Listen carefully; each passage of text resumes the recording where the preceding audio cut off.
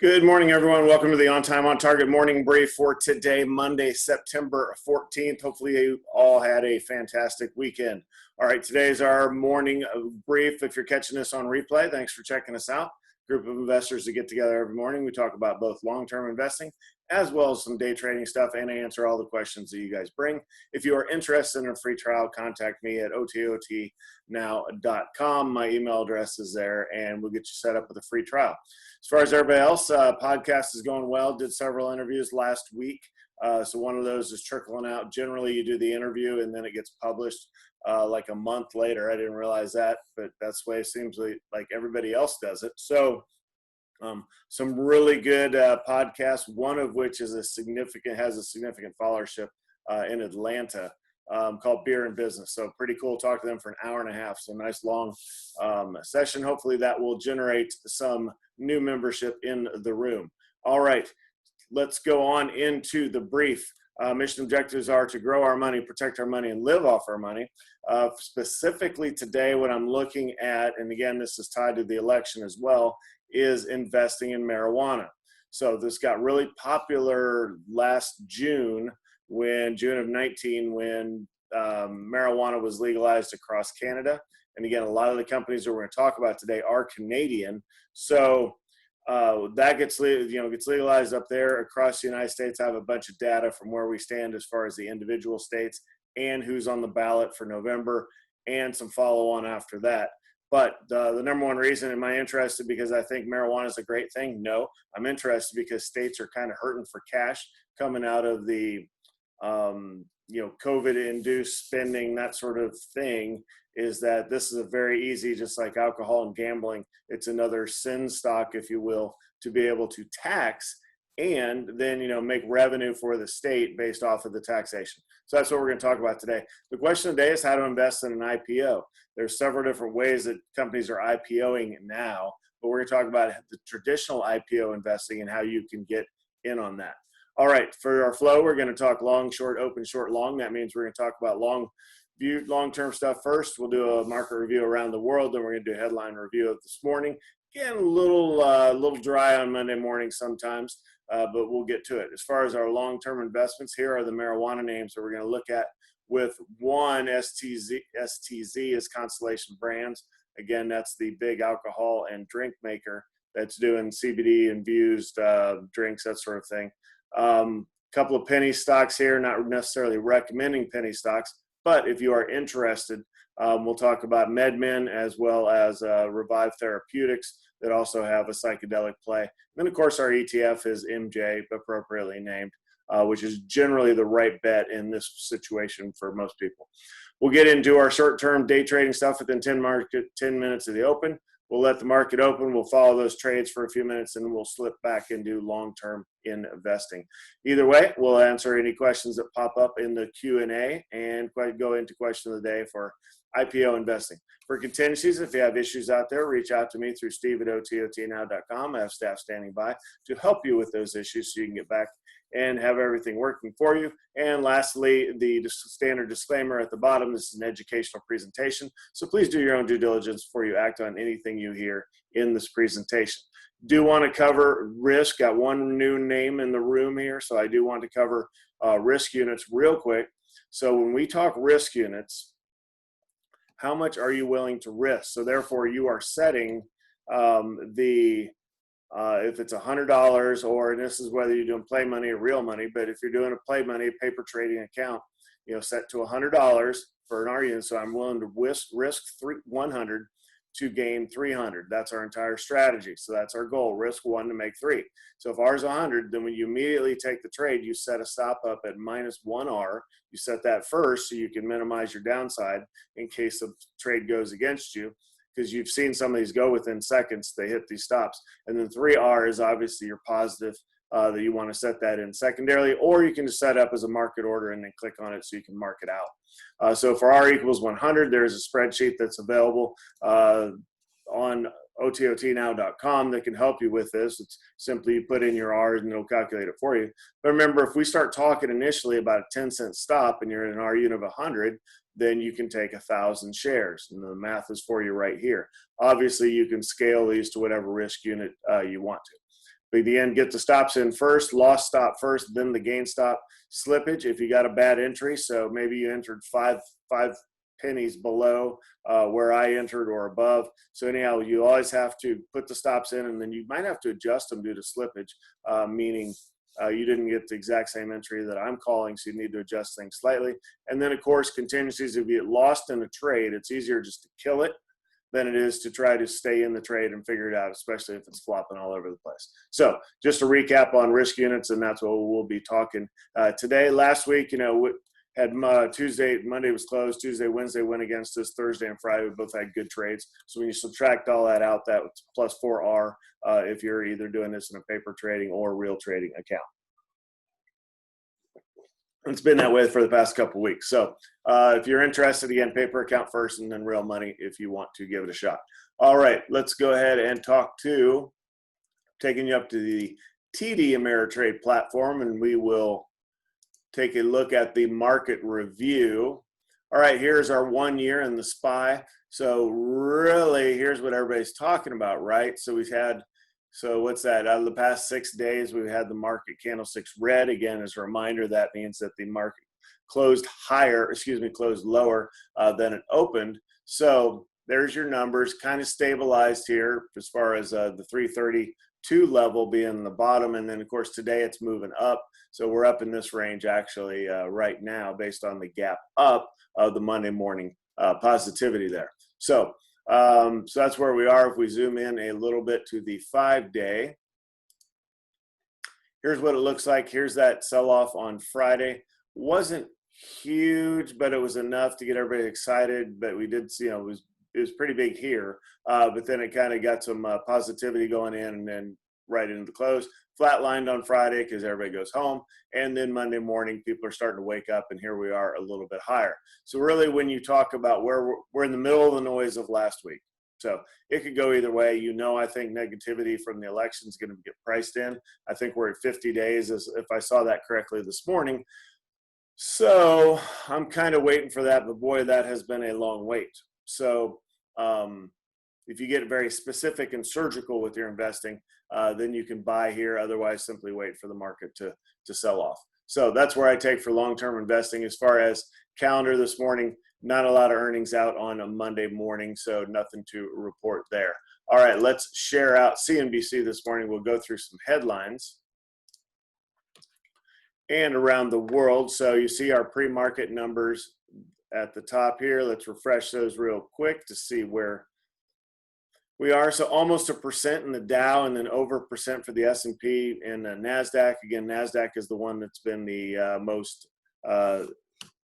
volatile, if you will, for moving up and down. So it's good to see that. And you see Apple and Tesla obviously carrying that as well. And if you remember, Tesla got snubbed for the S&P 500 last week and did get a big sell-off, but it appears that it has stabilized from there. All right, Europe is slightly in the green across the board there. Asia was also in the green, so nice, good numbers setting us up for a good week in the market. Here's our numbers from Friday. Again, NASDAQ, the 0.6 negative number is probably the biggest news there. And then volatility hanging around in that 25 to 27 range. Again, I'm waiting for 30 or so or 34 to start to sell out of some of the VXX investments that I have folks in. Bonds barely moved over the weekend, so out in the small digits there. Oil still problematic, below 37 now. BP came out with a headline this morning saying, I think basically it's going to be lower longer sort of thing. So it's an interesting for a big oil company to say that. So we shall see. This may be a new normal of 40 might not be the number that everybody's chasing. It might slide down to 35. So traditionally 40 to 60 has been the normal range for oil. Maybe it cannot hold that anymore. And from investing, one of our investing themes is electric vehicles. And of course, that's where that's the big craze right now. That's why we talk about it almost every day. So we shall see where oil goes over the long term. Precious metals were all up across the board, a little spike there in silver. So when you think of gold, that's one most everybody looks at, and the let's buy gold because it's going to spike going into the election has not happened yet. And I don't know that it will happen. So 2,000 is kind of the magic level. If it gets, I do imagine it'll probably touch 2,000 going into the election, but I don't expect like 2,500 or anything like that. All right, back to the main screen for pre-market news. Okay, you know that TikTok is up against, I think, tomorrow's deadline that it has to be sold. Otherwise, Trump's going to shut it down, at least the U.S. operations. So you're going to see that be in the news pretty much all day today and tomorrow to see how that plays out. All right, you know the airlines are struggling with the COVID situation. So anyhow, going to issue a whole bunch of new debt. That shouldn't necessarily excite you. It does excite them because that means they can issue debt and stay in business. I'm not buying Delta bonds for anybody. I'll let others have that fun. All right, lots of new vaccine news, or optimism, I should say, is probably better than saying news coming about this weekend. But almost across the board, people are saying now there will be a vaccine in the year 2020. So we shall see. So let's see. Yeah, Treasury Secretary spoke on CNBC this morning, and you kind of hate to hear things like this. This is a red flag. Now is not the time to worry about the deficit. Okay. Of course, and I kind of agree with what he's saying is that, yes, you need to take care of the country first and make sure we're through this thing before you start worrying about tackling the debt. However, with debt in this country has been a kind of let's kick the can on that pretty much forever, and eventually the bills will come due. So, we'll see, but that is something that needs to be brought up additionally at some point. All right. It's on the same news. I don't know if it's a headline this morning, but Israel is shutting the country down again. They're the first developed country to go through what's called a second wave and starting shutdowns again. I mean, California did it, but as far as an entire country doing it, so that's pretty interesting. So the numbers coming out of Israel are ridiculous as far as coronavirus. So it's still out there.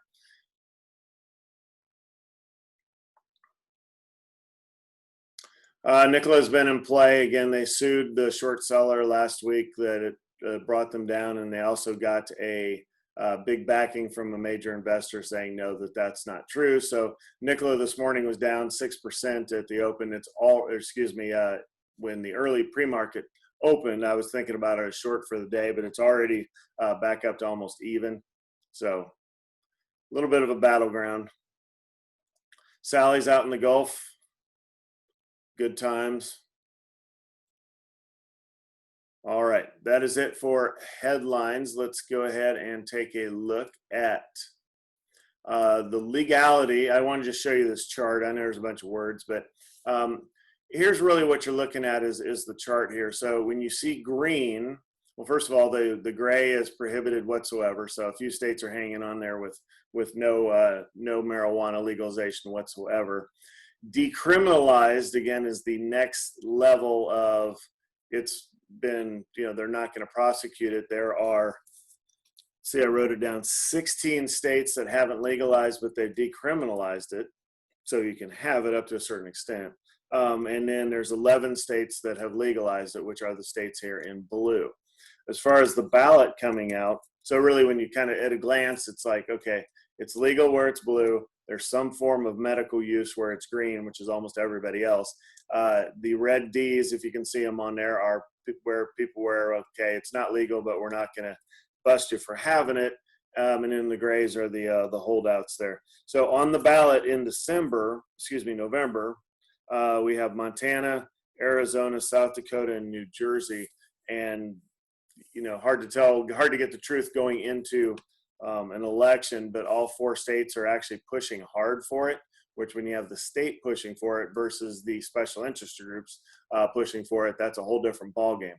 And again, they're pushing for it almost entirely for the taxation of it. So ways for easy money, if you will, for state revenue. It is suspected that the next 5 after that are waiting until after the big election to put it on its own special ballot election are New Mexico, New York, Connecticut, Pennsylvania, and Oklahoma.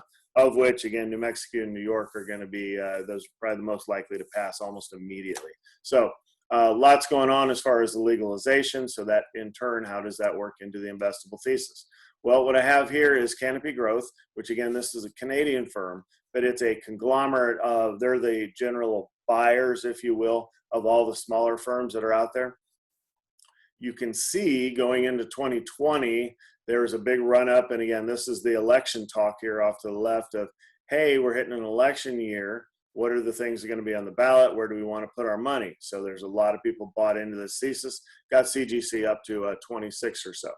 Then obviously you have it sell off hard into the post, the COVID sell off there. Since then, it's tried to recover a couple times, but it's kind of dying off now. It's really, when I think of best of breed, I think either Canopy Growth or Aurora Cannabis, which I'll show you on the other screen. But those are kind of the individual names that I would touch that are the big players. But there are other ways to play it out here. Big red flag here when you have 20% short still in this name, and it really is kind of already sold off. So, tough to put money to work here. Again, the negative of the theme is that it's easy to grow, right? It's called a weed, so you can grow it anywhere. So if it gets legalized in many of these states, how many people are just growing their own versus buying it through one of these big companies? So something to consider there. All right, let's go over to the Schwab board, and I will show you the other names that I am looking at here and tell you how I'm going to invest in. All right, we talked about the Canopy Growth being in the upper left. I already talked about that chart.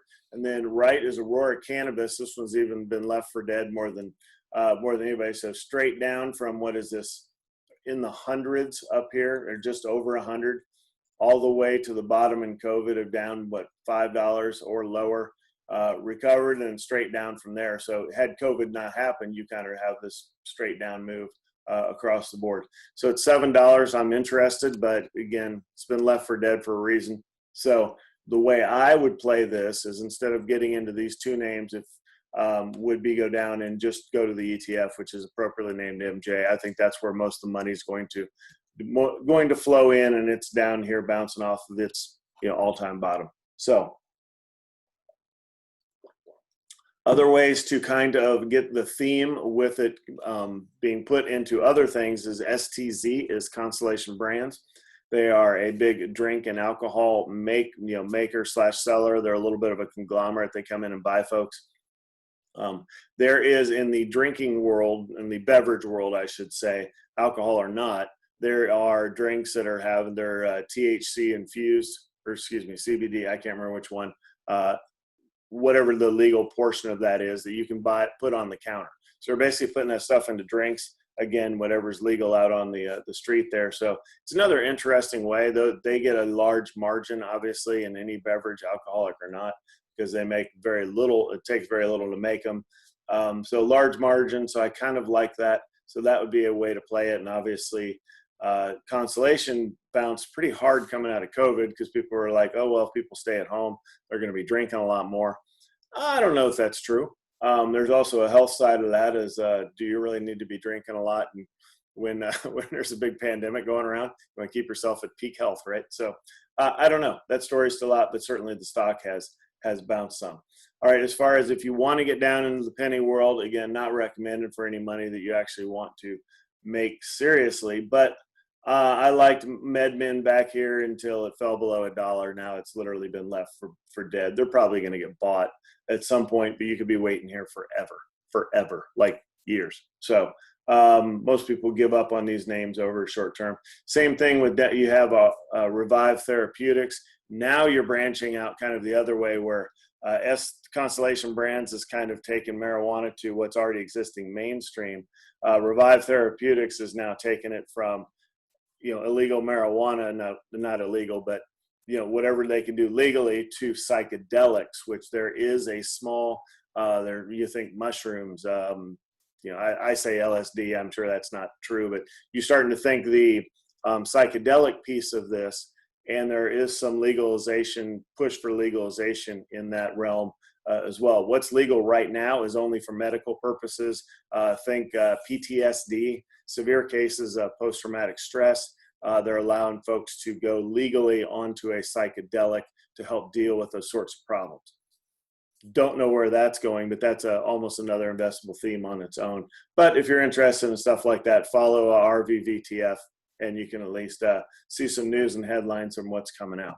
So, all right, that's what we have there. Let's go ahead and take a look at our our short-term day trading stuff. We have 10 minutes into the open. So several long names this morning, have about 10 that popped up on the screener.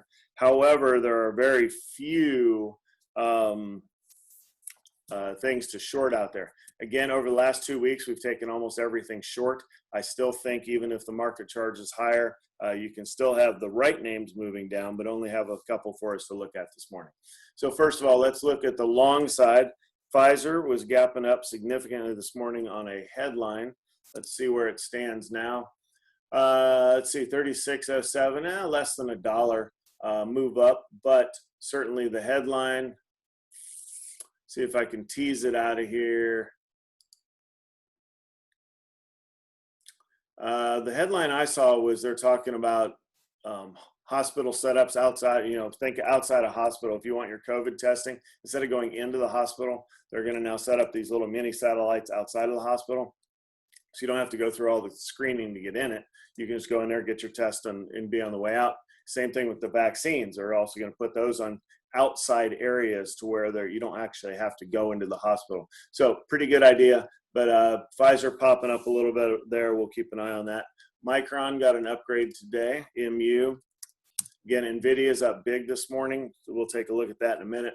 Micron tends to follow NVIDIA, so 46 up to 48. You can see the move there higher, and that was its recent high back all the way to, what's that, 7 or 8 days ago. So that definitely has room to move higher. Let's see, upgrades to buy. There's the upgrade I was talking about. So I do like that name. Let's look at NVIDIA while we're on it. Again, it was up 6% earlier. It's got the volume, 486 up to 520. So day trading, again, it's a little tough. You're going to have a huge stop and not that many shares, but you can do it. I would tend to go towards the sister company like a Micron that should travel in the same direction today. All right, jumps on big deal out there as far as acquisition of ARM. And you saw that was one of the main headlines on the page. I skipped over, didn't talk to it. But where is it? It's going up to 520. Recently, it's been up to 590.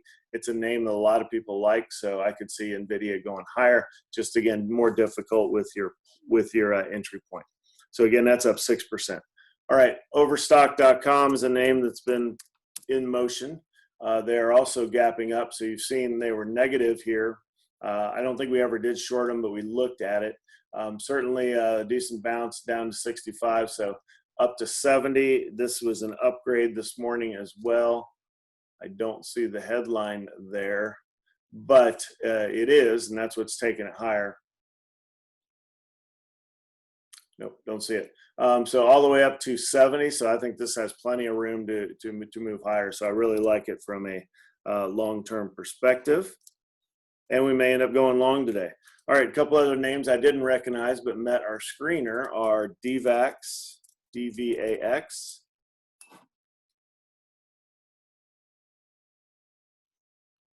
I about choked on my water there, Predator. I just saw your rehab center. I kind of chuckled when the tattoo removal. That's kind of priceless. So, all right, $5 up to $5.55. So it's here. So when you look at how far it's come down, it has plenty of room to go higher. This has got to be a pharmaceutical. Dynavax commercial agreement.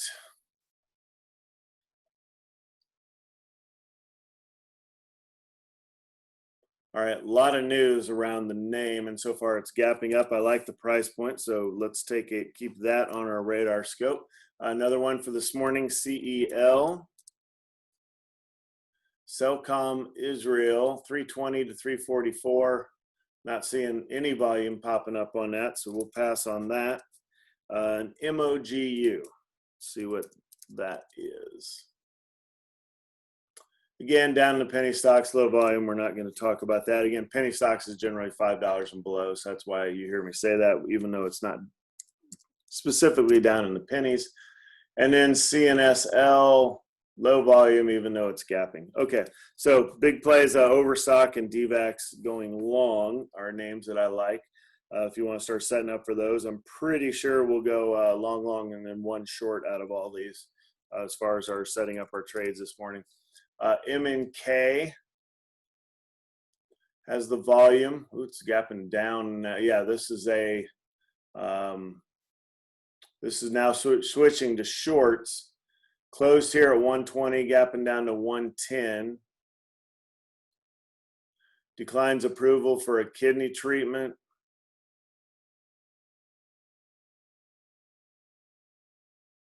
So small price point, probably hard to borrow to short. So let's pass on MNK, even though we'll keep an eye on it. Just wanted to check Nikola to see if it's back even now. So it was on my short list earlier. 32 to 31, so it is gapping down a little bit. Remember, we took this way back up in here. We rode this wave and ended up dropping pretty significantly from there. So battleground stock, there's the top one. Pairs losses after strong rebuttal. That's what I was talking about earlier. So again, it moved all the way down. Now it's starting to go back up. Realistically, what are we going to take a look at is KOLD. It's a trading vehicle on oil, so I don't normally like these, but it certainly meets our numbers and a little bit shy on volume. So if I can't find anything else, this will be our short. When you look at how far it's come, does it have does it have room to move down? It sure does. So we'll keep an eye on that. And then NNOX meets our criteria as well. I don't know what it is. NanoX imaging. So 64 down to 59. So it closed up here. It's down in this range. Plenty of room to go south, so that's my number one short unless we find something else out there. Plenty of volume at 360, good price point, so you can set up for that if you're going to go short today. All right, let's look around the board here. We have about 3 minutes to the open. Again, throw a name in there if you want me to take a look at. Here's our volume, folks. Couple up over 100%. We don't touch that. Oracle is up, so we'll take a look at ORCL long, up 6%. Apple up.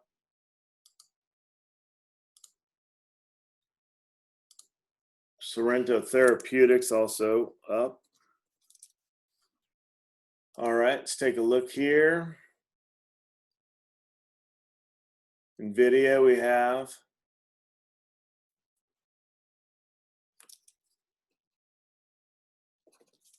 All right. Decliners, again, not much volume. There's our NNOX. Peloton on the way down there a little bit.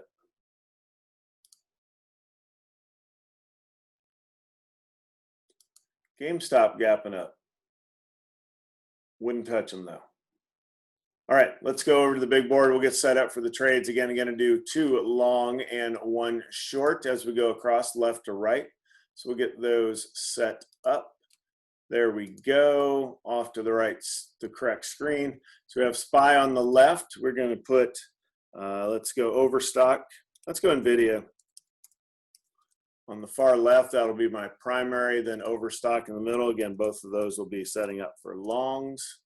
And then the short off the right, the only one I like is this NNOX. All right, I have it on a 5-minute chart because that's where I was looking at these earlier. So I'm kind of looking at the entry point. NVIDIA just keeps going higher.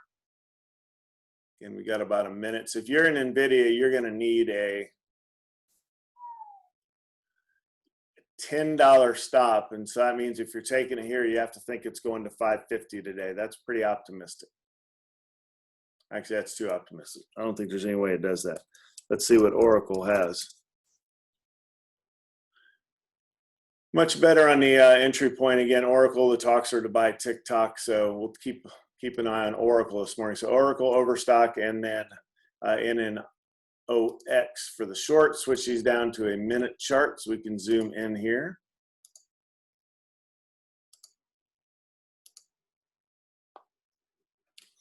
All right, here we go for the trade of the day. 4 charts you're looking at. SPY on the left, again, 1-minute chart for we have kind of an uptrend going into the open. We have Oracle as a long here, so that's where you can expect to get in with maybe a less than $1 stop or so. Overstock.com, same thing. This is a long, and again, looking for about $1 stop. And then NNOX is our only short of the day. I do like it, but don't know the storyline behind it. But if we can get it up here at 62, we'll be able to short it with maybe a 40-cent stop is what I'm looking at. There's the opening bell. So we're going to zoom in and watch all of these closely to see if they set up. Again, we don't take a trade automatically at the open. We want to watch it for a second to see what it does. I do like the backing up in this NNOX, so that's where I'm going to look primarily because I like the short. There's the numbers at the top. Now, if it gets all the way above like 63, then we're not going to take it short. But if it keeps where it is, ooh, I like it here. Let's take it at set up for 60. If it hits 60 going south, which looks like about to, we're going to take it at 60, and it's going to be a $1 stop. So you're going to need a big stop on this just to keep, because it's flopping around a whole lot. Overstock screaming higher there. That's already over a buck move. Oracle isn't moved a whole lot there. All right, this is going to give us an opportunity to move this entry higher a little bit. Let's go 60.80. 60.80 for the entry, and again, $1 stop. And this will be short. I'm going to try to squeeze it up here to 61 if it lets me have it. But 60.80 is the entry right now. All right, let's go 61. If it comes down to 61, we're going to get in it. Again, this will be short.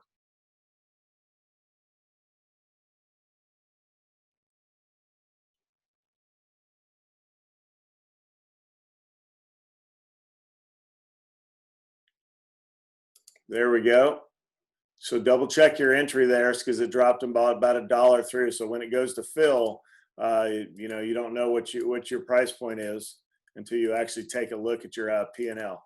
So there it is. We're using $1 stop. So 62 is up here.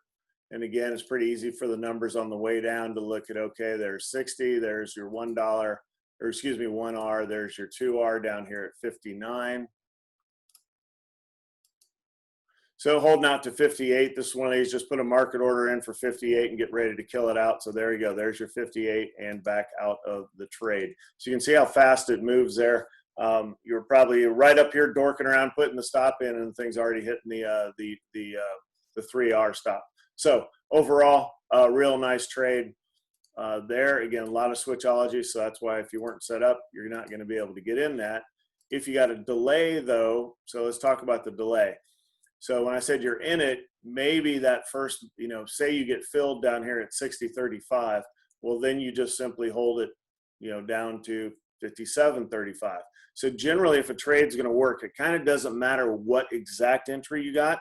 I mean, obviously, the higher the better if you're in a short name, but it's better to take the entry, get that stop in, and then do the math on the downside as far as how far it needs to drop for you to make your 3Rs. So, all right. We'll leave that up there to see if we're already back out of it. So a real nice trade. Let's look at the others. Overstock.com long did not work at all. We're only 3 minutes into the trading day though. Let's look at Oracle did not work. Let's go back to see what NVIDIA did. You know, only switched out of this because of the high price point. So if you waited, drop down, it'd probably been a 523 entry going long. So $5, that's not even half an hour. So there's the issue when you see, can I take something long? It's like, I don't know. Is it really going to go up to 550 today? Tough to tell. All right, Overstock isn't working at all. Let's look at some other long names. We'll leave Overstock in there and just surf around on this chart. NVIDIA, another long name we looked at was Pfizer. Again, a lot of in the news this morning.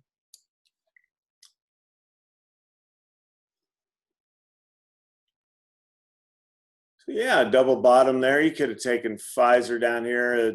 You'd need it to come all the way up about a 30-cent stop, so it'd have to get up here to make a 3R trade. But, you know, 36.30, setting a stop down at 36. Does it have 36.90 potential? I think it does, right? Because it was there pre-market, so what, 20 minutes ago. So yeah, that'd be a nice trade.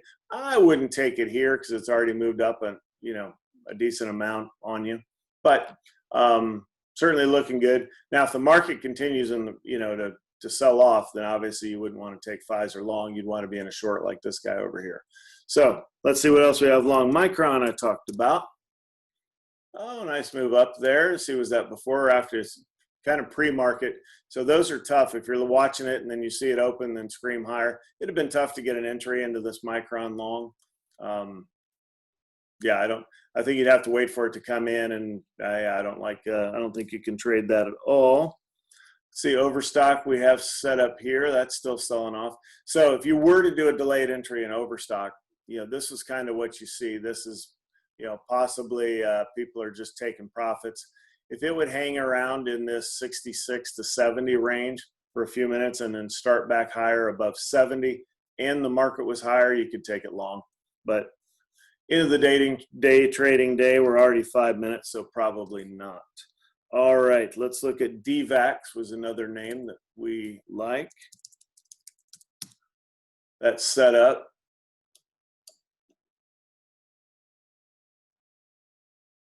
Here you're looking at maybe a 5 or 10 cent stop. So yeah, there was enough that you'd had to take it after it bounces here.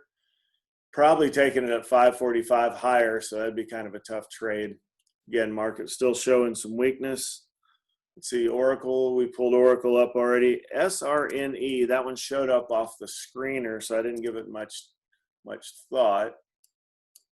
It's not moving a whole lot here either after gapping up nicely. All right, and then short, let's see, Nikola was the only other one we had realistically off the short side. So you can see down 5% on the day. That is setting up for it to continue to sell off, where here are the dojis I talk about trying to go higher, trying to go higher, trying to go higher, can't. And then, yeah, boy, that's almost a beautiful setup for a short at 30.50. You'd kind of have to be waiting on it, like, okay, well, if it stays in here and it comes down, then take 30.50, but then that's when you're going to see it striping down.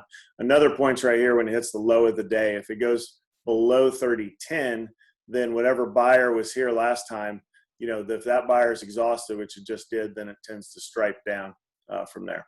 So we'll see. I would expect Nikola to go lower based off of this chart for sure. All right, we'll come back to that though. I'll leave it up there. All right, switching back to some long-term stuff. NVIDIA, we know about. Northwest Bio, Luckin Coffee, look at that, up 6%. Making my Monday already. BEGGF is another psychedelic name. MMEDF, psychedelic name, so names we talked about today. Oh, Motley Fool had an article came out this weekend about there is a Martha Stewart line. I think it's CGC. I'm looking at another screen. Yes. Canopy Growth, I'm sorry, it was Friday afternoon. Canopy Growth launches a Martha Stewart CBD line. So there you go. Martha Stewart now getting, but she's hosted shows with Snoop Dogg. Yeah, so Martha Stewart's off into the CBD line sort of thing. So that might help Canopy Growth as well. Coal's bouncing a little bit. Remember, they got booted from the Dow. Booted from the S&P 500. So sold off hard. They're on the bounce. Let's see what we have on the downside. Nikola selling off. Ares Capital, Exxon. Big oil names are almost untouchable. Look at that. There's only a handful of names in the red.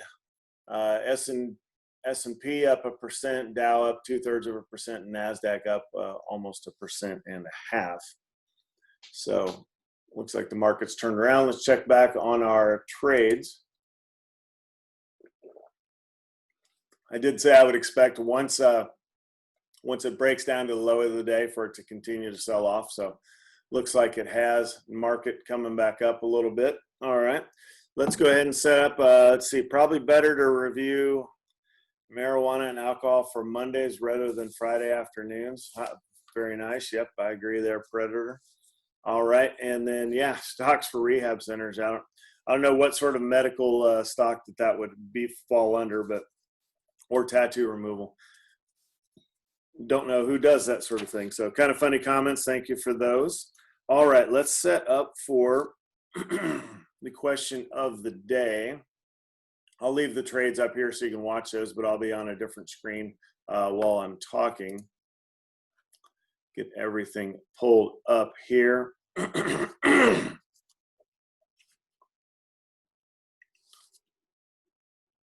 All right, today's question of the day is how to invest in an IPO. So again, IPO is an initial public offering. So it's really when a company that's private out there has grown to a certain extent to where now the founders of that company want to take their privately owned shares and list them on a market exchange, which again, our markets that we invest in every day are called secondary markets. So it's going into the secondary market by selling their own private shares, rechopping those out to public shares, and then selling them out to everybody. So that's what an IPO is.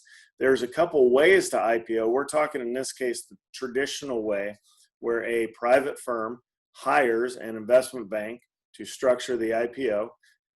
They agree to terms of the IPO, and then the main investment bank now farms out those shares, again, pre-market, that hasn't opened yet, goes out to other investment banks, and they allocate shares across everybody. And then they start to make it available as of an IPO date. So if today's the 1st of September, we may IPO on the 15th of September. So a company will reach out all the way to private investors and say, how many shares would you like? It's actually how much of a dollar amount you would like. So I want $10,000 of this, I'll commit to that. So all these folks go out there and commit to these shares.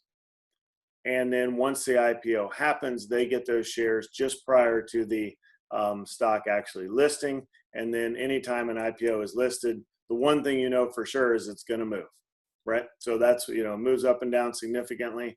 Some move up and then crash. Facebook was like that in 2012. Others just continue higher from the get-go. So it kind of depends on, if you're going to invest in IPOs, right now the IPO market is hot. So a lot of the money that's coming in, pretty much all IPOs that are out there are working. Any old company that goes public, it seems like people are going to throw money behind it. So that's kind of what an IPO is. Again, to recap, the process of offering shares of a private corporation to the public in a new stock issuance. And our previous episode was stock issuance that we talked about there. So when you think about tips for investing in an IPO, first of all, how do you do it? Well, generally, unless you are you have to be an accredited investor, which if you kind of think millionaire and up type crowd, or financial professionals all qualify. So that's who needs to qualify to be able to get in on an IPO.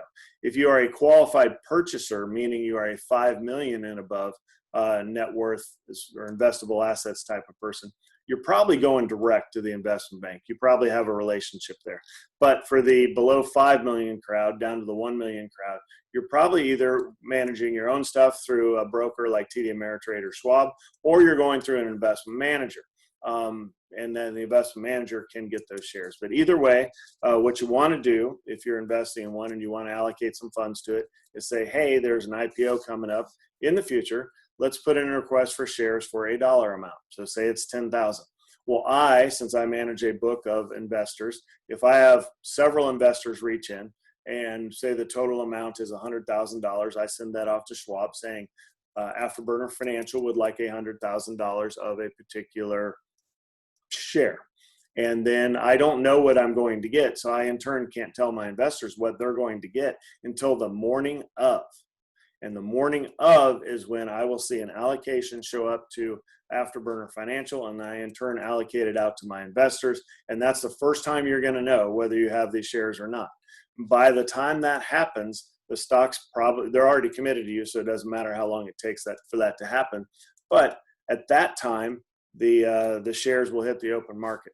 Now, when shares hit the open market, it's interesting because if you're in on the IPO, certainly the founders of the company are going to be locked in.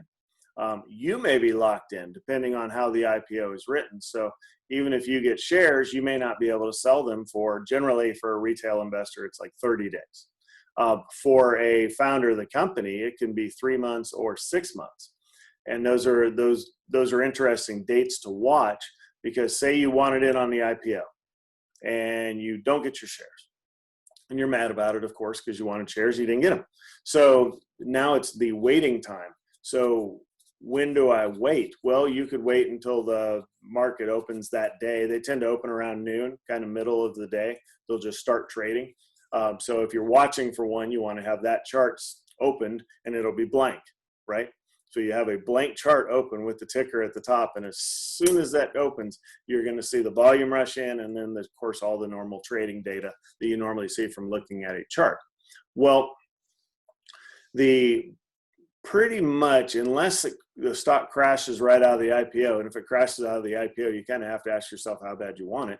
But if it's something that takes off, kind of the next best entry point is wait until you can look it up online. It's part of the S1 and see how long the lockout period is, which is where the initial investors can't sell for, say, 6 months or so. And we talked earlier about, you buy a stock for one reason. You think it's going higher and you want to hold it and you want to get multiples off your investment. I mean, that's why you buy a stock. You may sell for all kinds of reasons, right? Not just because the stock's a sell. No, a lot of times it's you have other things you need your money for, whether you're going to invest in a movie. You might be buying a home in the Hamptons. Whatever it is that you need money for in your life could cause you to sell. Well, when you think of the founders, they have a large portion of these shares. Well, at that lockout point, when that expires, you often see a drop in the stock. So if it's one of those, it's just like, okay, I didn't get out of the IPO. Let's wait 6 months and see if I can get it later on. So that's that's my advice. As far as professional advice out there, on an IPO, should you invest in it? It's higher risk, so you have to be up for the ride, which is only whether you're up for that. But if you're not up, if you're in individual stocks, you're kind of familiar with how much they can move. IPOs are like that times 10. Right? So it can really move on you. So if you have buyer's remorse, if you get your shares and then it drops 20% in a matter of, minutes, that may not be the right way for you to invest. If you don't care because you're like, hey, it's IPOing, I want a piece of this and it's my investable thesis and I'm going to hold it for years anyway, so I don't care what tomorrow's price is, then that's a good time to get in on an IPO. There's 5 steps that Investopedia offers out there, so I'll go through these real quick. The first one is dig deep for objective research. So that's I chuckle because it says, in order to invest in an IPO, you need to get the most information you can about the IPO. Well, all you're going to get about an IPO is the roadshow. And the roadshow is specifically put together by the investment bank that is behind the IPO, which has one objective, and that's to go out and get the shares allocated, i.e. sell them. So the only thing you can really generally get your hands on is the sales pitch, which isn't always the unbiased report, right? Because they're painting everything as this beautiful picture because they're selling. So if you see a slide deck, which is easy to find, it's going to promise the world, right? That's why it's only open to accredited investors, meaning you have the financial savvy to really understand what you're reading and being able to make a yes or no decision on. The second one is pick a company with strong brokers. So if Goldman Sachs is behind the IPO, the theory here is you can trust that more than if you have Bob and Ted's investment bank out there doing the roadshow, then it's like, because most companies, when you want to go public, are going to go after a major investment bank to draw the relationship, knowing that they have a lot of relationships and that it is a relationships, kind of game, if you will, to get all your shares out there and into individual investors. So you want to go with the big folks, if you will. The third one is always read the prospectus. Again, it's out there and it's hanging and it's supposed to be unbiased, but generally it's like the slide deck. It's going to give all kinds of disclaimers up front saying, you may or may not believe anything we say after this, and then it's going to say kind of whatever it wants. So a little bit tough to trust the prospectus when you read it. Fourth one is be cautious. So don't put a whole bunch of money into it, only really what you can afford to lose. So if you're really excited about an IPO, put maybe, I don't know, 1,000 or 5,000 into it, and then watch it open. And then if you want more shares over time, then you can buy those shares. And then the last one is consider waiting for the lockup period to expire, which we kind of already talked about. So if you have a name that really interests you, what I generally tell folks is buy a few shares. We'll see if we can get you in on it. And after that, we aren't selling those shares. It's like whatever the initial portion is, you're going to hold that, because how many people are sitting back going, man, I wish I had gotten in on the IPO of Microsoft or Apple or Tesla. Well, don't forget that if you buy into these names, there can be a lot of market volatility that boots you right back out of those names unless you make a decision like, no, I'm going in and I'm not selling. Apple's my example right now. Apple's sitting here, just had the split.